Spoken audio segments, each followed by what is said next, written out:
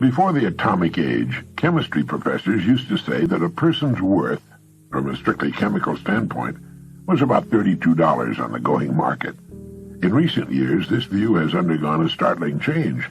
Scientists now calculate that if the electronic energy in the hydrogen atoms of your body could be utilized, you could supply all the electrical needs of a large, highly industrialized country for nearly a week.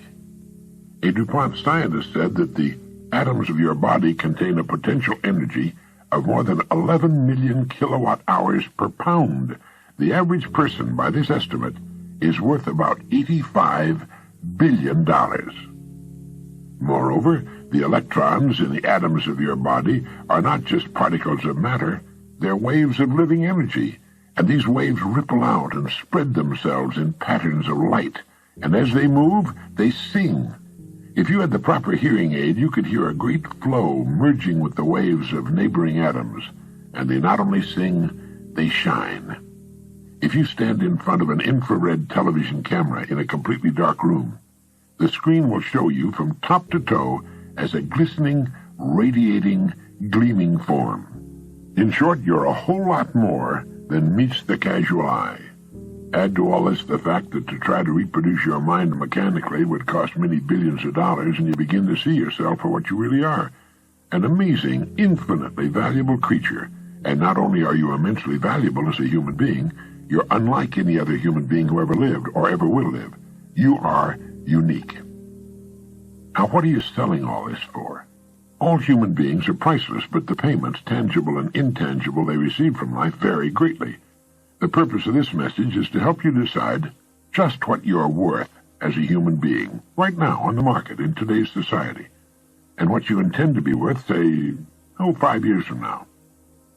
In the last analysis, every person is in reality in business for himself or herself, in that they're building their own lives, regardless of who happens to write their paycheck.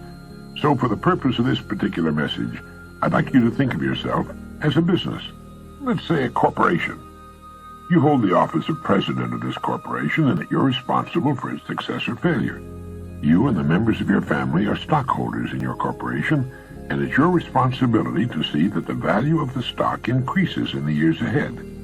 Your family has evidenced faith in you, and it's your responsibility to prove their faith is justified. This is the job of any employed family member. Now, while the operations of a corporation are multitudinous and complex, they can be reduced to 4 basic functions. Number 1, finance. 2, production. 3, sales. 4, research. Without proper financing, there'd be no production. Without production, the company would have nothing to sell. Without sales, it would have to completely stop production. Without research, it could not hope to keep abreast or ahead of our rapidly changing times. Now, slight any one of these 4 vital functions, and you have a deformed, a crippled company, and if you slight it long enough, you'll commit corporate suicide, unless you want to cop out for that average business. We discussed finance, the money part of the whole thing, on another cassette. For now, let's concentrate on research, production, and sales. They are the head, hands, and legs of a company. We could say that the head handles research, the hands take care of production, and the legs handle sales. Cut off any one of these parts and you're left with a shocked, staggering organization. How many once large companies and trade names can you think of which became giants and then disappeared entirely from the economic scene? Names which once were world leaders in their fields and are now only memories. They failed to keep in balance these 4 crucial functions. What about research for your personal corporation? Research can be said to exist in 2 areas, present and future. That is, the research of a company should be devoted to ways and means of improving its present products or services, present production, and present sales. Future research is concerned with ways and means of developing new products and services, new methods of production, and new methods of marketing. But while this research is going on, present production must continue at as high a level as sales warrant. In short, your corporation has 2 factors to consider, the present and the future. How successful we are in meeting these challenges will determine our present profits and our future growth. Now, why are all companies concerned with growth, even when they seem to be doing well today? It's because of a law which operates with companies just as it does with human beings. Nothing in the world stands still. Nothing in the entire universe stands still. A law of physics goes, a body in motion tends to remain in motion until acted upon by an outside force. A company which is growing has a tendency to continue to grow. In other words, it's doing things right. Conversely, a company which is going backwards or shrinking has a tendency to continue to go backwards or shrink until acted upon by an outside force. All responsible company officers know that unless a company is growing, it's developing the first signs of death. Well, you're the head of your personal corporation, and you should realize that this same law applies to you as well. Now, just for a minute, let's take a look at the next 10 years. Before we do, keep this in mind. If anyone had predicted just 10 years ago that we would be living in the kind of world we have today, he would have been ridiculed. Now, this includes everything from our basic industrial technology to the luxuries and new products we take for granted, along with our present average income. We're reaching a point in the expansion of human knowledge where our advance is more than dynamic, it's explosive. Any prediction for the next 10 years is very likely to be far on the ultra-conservative side, but let's take a look at what the experts have to say. According to many recent research studies, the next 10 years are going to offer business and the individual unlimited rewards. In the next 8 to 10 years, the bulk of spending in the highly developed nations will be for things, products, and services over and above the necessities, far above them, the necessities which are food, clothing, shelter, transportation, and medical care. Imagine most of the spending will be for things above and beyond the necessities. This will be the first time this has happened in the entire history of the human race.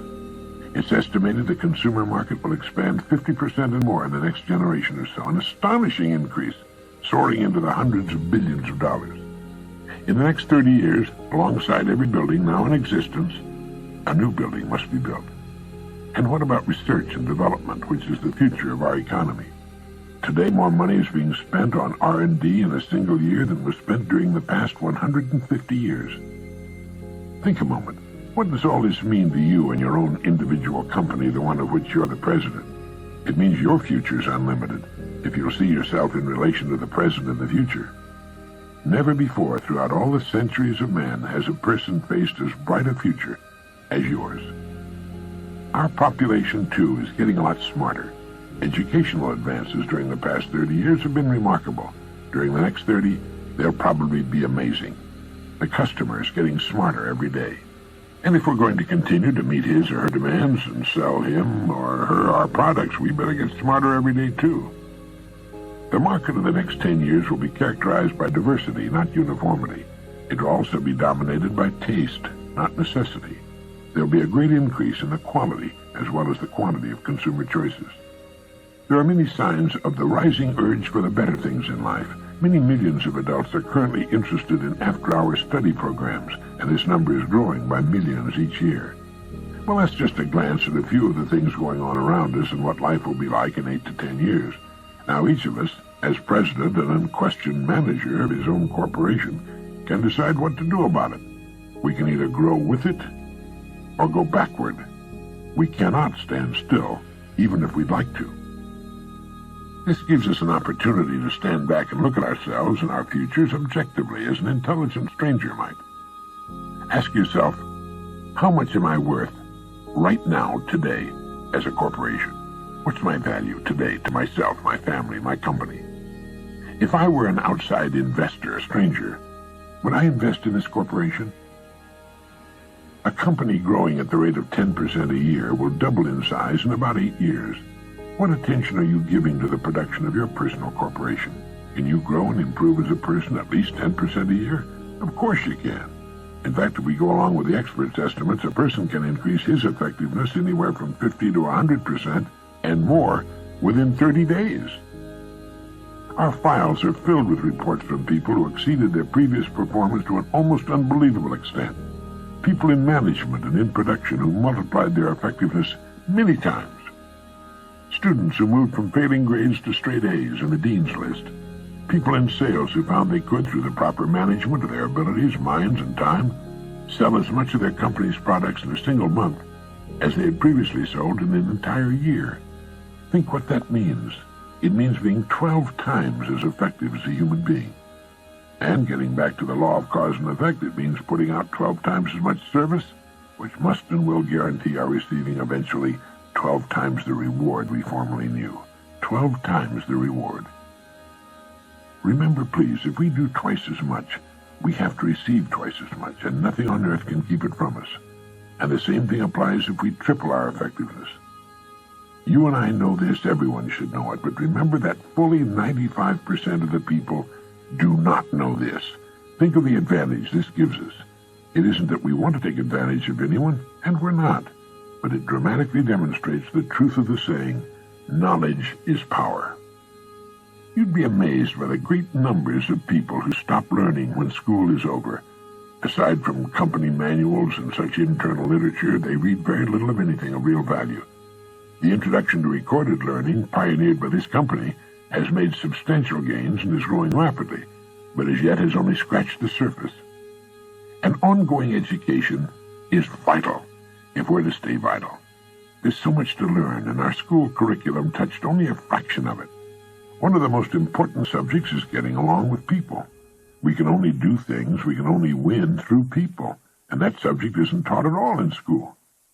The great ideas we're talking about on this program are seldom taught in the home and almost never in school. Go through our catalog of programs carefully, and one by one you can maintain an effective ongoing education program for many years to come. It's true, knowledge is power. What's more, knowledge shows on our faces, and it's apparent in our speech. It helps us raise our children, get along better with our neighbors and fellow workers. Above all, perhaps, it's the greatest motivator in the world. As we learn, our horizons recede. We realize there's more to do and more time in which to do it. Old myths about getting out of action at age 65 disappear, and we realize that as long as we're learning and teaching and growing, it need never stop, and we become more effective with the passage of time. Tomorrow is a brand new day, the great equalizer, no more nor less than anyone else on earth can have. Right now, begin to think of ways in which you can begin to increase your effectiveness, raise your production, knowing that by so doing you're automatically presetting your rewards. Each day that comes to you, beginning with tomorrow, offers you a clean, brand new page on which to write the story of your life. Forget the past. It's gone. Don't concern yourself with the opportunities you may have missed in the past. This is true of everyone. But reach out and take each new day as it comes, and ask yourself, how can I best use this day? You know we're going to run out of them eventually. If we waste an hour of productive time every day, it adds up to about 250 hours a year that our corporation, our plant is shut down. We can earn nothing with the doors closed. What is your time worth an hour? Multiply this by 250 and you can see what you're throwing away. Now, whether your employer pays for this wasted hour or not is unimportant. Life will not pay for it. Learn to enjoy every minute of your life. Be happy now. Don't wait for something outside of yourself to make you happy in the future. As my good friend Wally Amos of Famous Amos Chocolate Cookies says, happiness is an inside job. Think how really precious is the time you have to spend, whether it's at work or with your family. Every minute should be enjoyed, savored. A human life is really nothing more than a collection of minutes, hours, and days. These are the building materials, and it's left strictly up to us to determine the kind and size structure we build. You see, a person has a tremendous advantage over even the largest corporation. Think of any large multinational corporation. Can it double its production in a single day? Of course not. Can it double its sales in a single day? Of course not. It would like to, but its growth must be a gradual, steady thing because of the interconnecting complexities of operating so large an organization. Yet a person can double, triple, quadruple his effectiveness in a month or less. It's like comparing the movement of a single scout to the movement of a great army. How have you been handling the 4 vital functions of your business? Finance, production, sales, research. How much time and effort are you giving to finance, to research, to the study of your work, your career? Can this be improved? What about production? Is there a way in which you can vastly improve the way in which you conduct your work? And sales, how can that be improved? Sales is more than selling a product or service. It's the way in which we sell ourselves to everyone with whom we come in contact. It's the way we get along with our associates, our spouses, our kids, our neighbors. And if our business happens to be selling, how can we see more people every day or improve the effectiveness of every part of our contact? One extra call a day comes to 250 calls a year. How many additional sales could we make with 250 additional contacts? In 5 years, that comes to 1,250 calls we would not otherwise have made. It's the difference between being average or above average. It's the difference between good and great. Taking this new active approach to life brings peace to our minds, absolute security to our future, great new stature as human beings. In this way, we can work toward reaching full maturity,